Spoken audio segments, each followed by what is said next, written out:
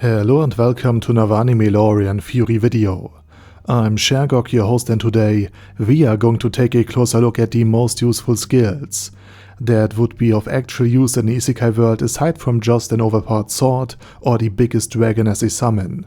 But before we're going to take a closer look at any of this, let me quickly thank my Patreons for supporting this channel, as well as say thanks to all users of the YouTube thanks function for making one-time donations. And with that said, let's get to the topic at hand. And let's start with one of the most important things, something that is usually either ignored by the plot or quickly skipped over, since it often gets in the way of an isekai's premise or its central gimmick, but in a more realistic isekai world, this single point alone could provide enough material for an entire season: learning the language. On our world, we have several related languages. For example, there's an Indo-European proto-language from which dozens of other world languages like Latin or English had evolved. And even more isolated languages such as Japanese or ancient Egyptian hieroglyphs are probably still easier for us humans to learn than a completely alien language from another world, simply because our own world only requires languages that are compatible with human vocal sounds, rather than those of goblins, mighty ogres, or graceful bird folk. Star Wars Knights of the Old Republic 2: The Sith Lords illustrated this beautifully. You often converse with beings who physically can't speak Basic, the galactic common language, even if they learned and understand it. And of course, even with the Force on your side, you just can't magically understand millions upon millions of languages. But the protagonist, Mita Surik, found at the very start of the game sonic sensors on Paragus 2 that lets her translate languages instantly. Something that in my time was futuristic technology, but today it just annoys people on YouTube. So this is one way to basically work around this issue, and in Konosuba, Kazuma gets the local language forcefully downloaded into his own brain within milliseconds during the reincarnation process, with the small but fine risk that it might explode and send him straight into his next life, this time guided by Ares. So it would likely be an immense challenge for any halfway grown adult to adapt to such a language, or languages. And just as some people can't speak English because, say, an ogre lacks the fine motor control to produce more than a few grunts, we humans might lack the acoustic range to perceive the complex infrasound frequencies that ogres themselves use to communicate with another.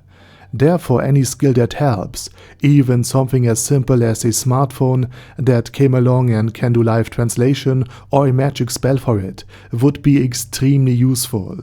And of course, the skill to quickly adapt and learn languages, even in your teenage or adult life, would be extremely valuable if you just, aren't lucky to basically end up in a world where conveniently everyone speaks your local language. Point number 2 is something that could very quickly turn deadly. Simply put, our bodies and immune system are adapted to life on our own Earth. That means we come into contact with various diseases and gradually develop some resistance after dozens of infections. And without that, things would get very, very unpleasant. From the Justinian plague, to syphilis, to HIV, or Marburg. There have been plenty of things our bodies couldn't immediately fight off because it was completely alien to them. Now imagine scrapping everything out of an ogre's belly button that you can remove without a crowbar, mixing it with a mana potion, leaving it in the sun for a few weeks, and you will have some idea of what kind of problems our own bodies would face upon arriving in the new world. Besides the lack of water, food, or other necessities, we'd have no immunity against even common childhood diseases or against mana itself in this world. And Mushoku Tensei handled this quite elegantly. Rudy was reincarnated as a newborn, meaning his soul was given a new body native to that world, giving him time to adapt like any other child. And, spoiler for Mushoku Tensei, not everybody was that lucky. In any fantasy world there would probably also be magical diseases that we'd be completely unprepared for, or illnesses that directly affect one's own mana. I mean, just look at the bookworm anime.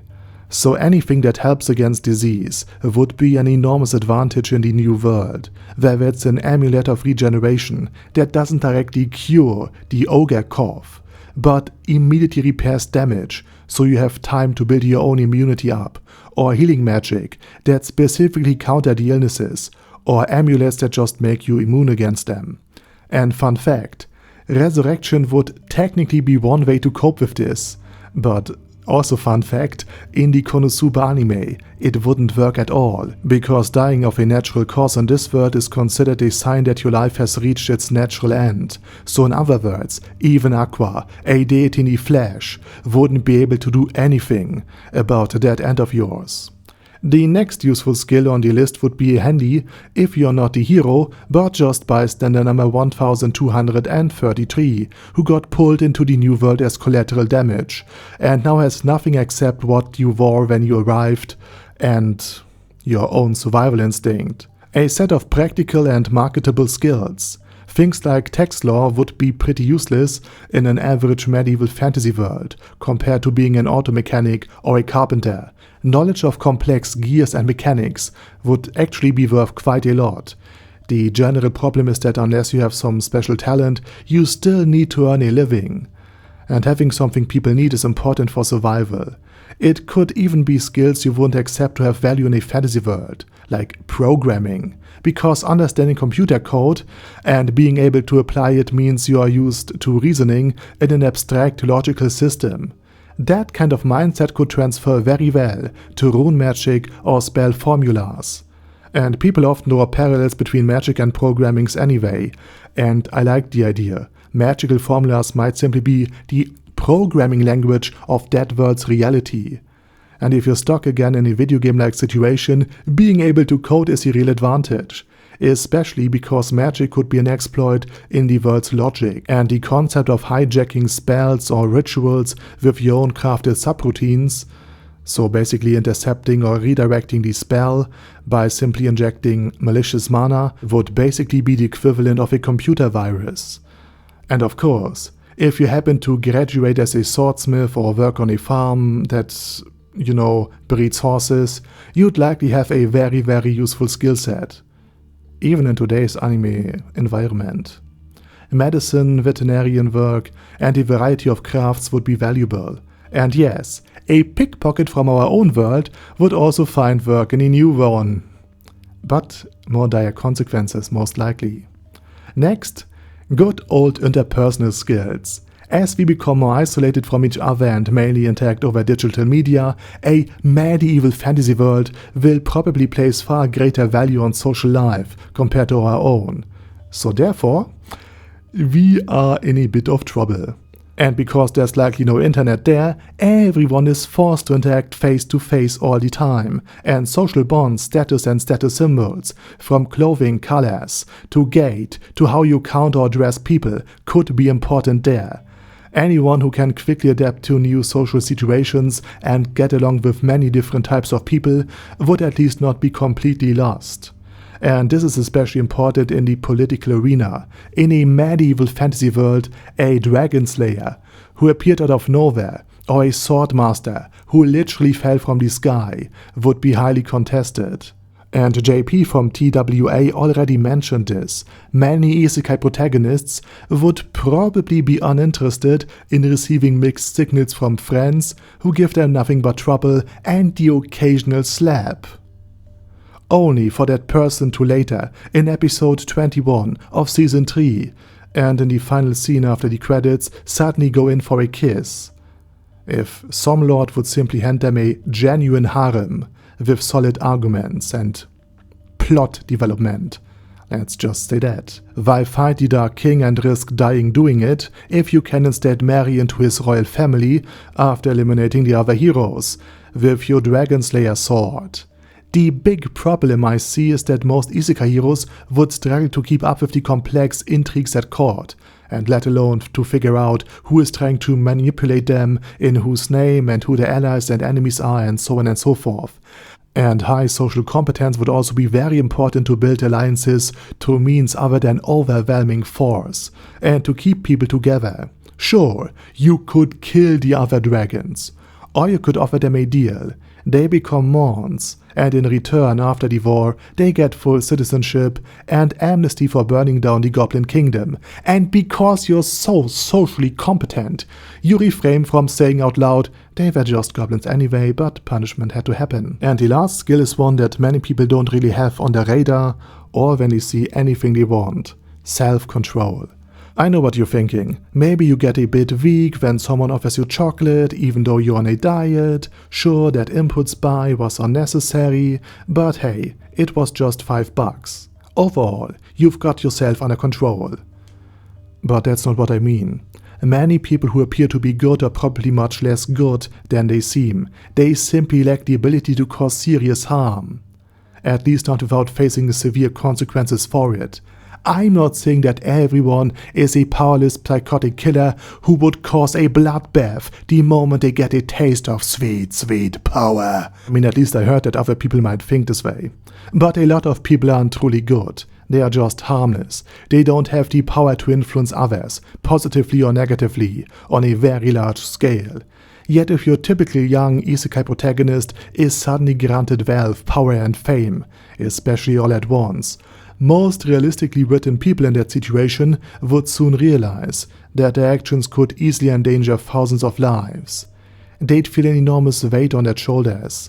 One wrong decision could have massive consequences, and at the same time, there'd be no one left who could hold them accountable for what they have done with their newfound abilities. Now deep emotional connections to the new world, an unfamiliar environment, the pressures of a great conflict. Combine all that with a lack of consequences, and in my personal opinion, a good number of people who suddenly gain superpowers would end up doing something that they could have never imagined themselves doing in the first place, because it's evil.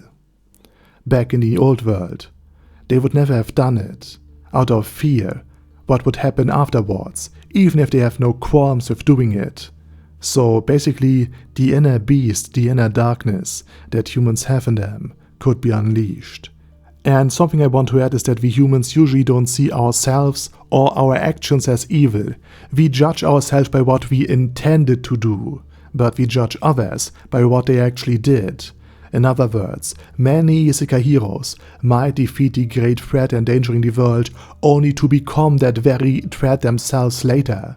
Much like Megumin from Konosuba, who wants to become the next Demon King after slaying the previous one. Not to mention that one would first have to get used to new senses, the ability to teleport, or summoning magical beasts. In other words, without self-control you won't control your powers, even if you can use them safely. They will end up controlling you. Power would simply reveal your true character, rather than corrupt it. Okay, and that's it about for today. And with that said, now it's your turn. What's your opinion on this topic and on the video? Let me know it down in the comment section. And if you can think of other useful skills that don't have to do with raw combat power, let me know it down in the comment section.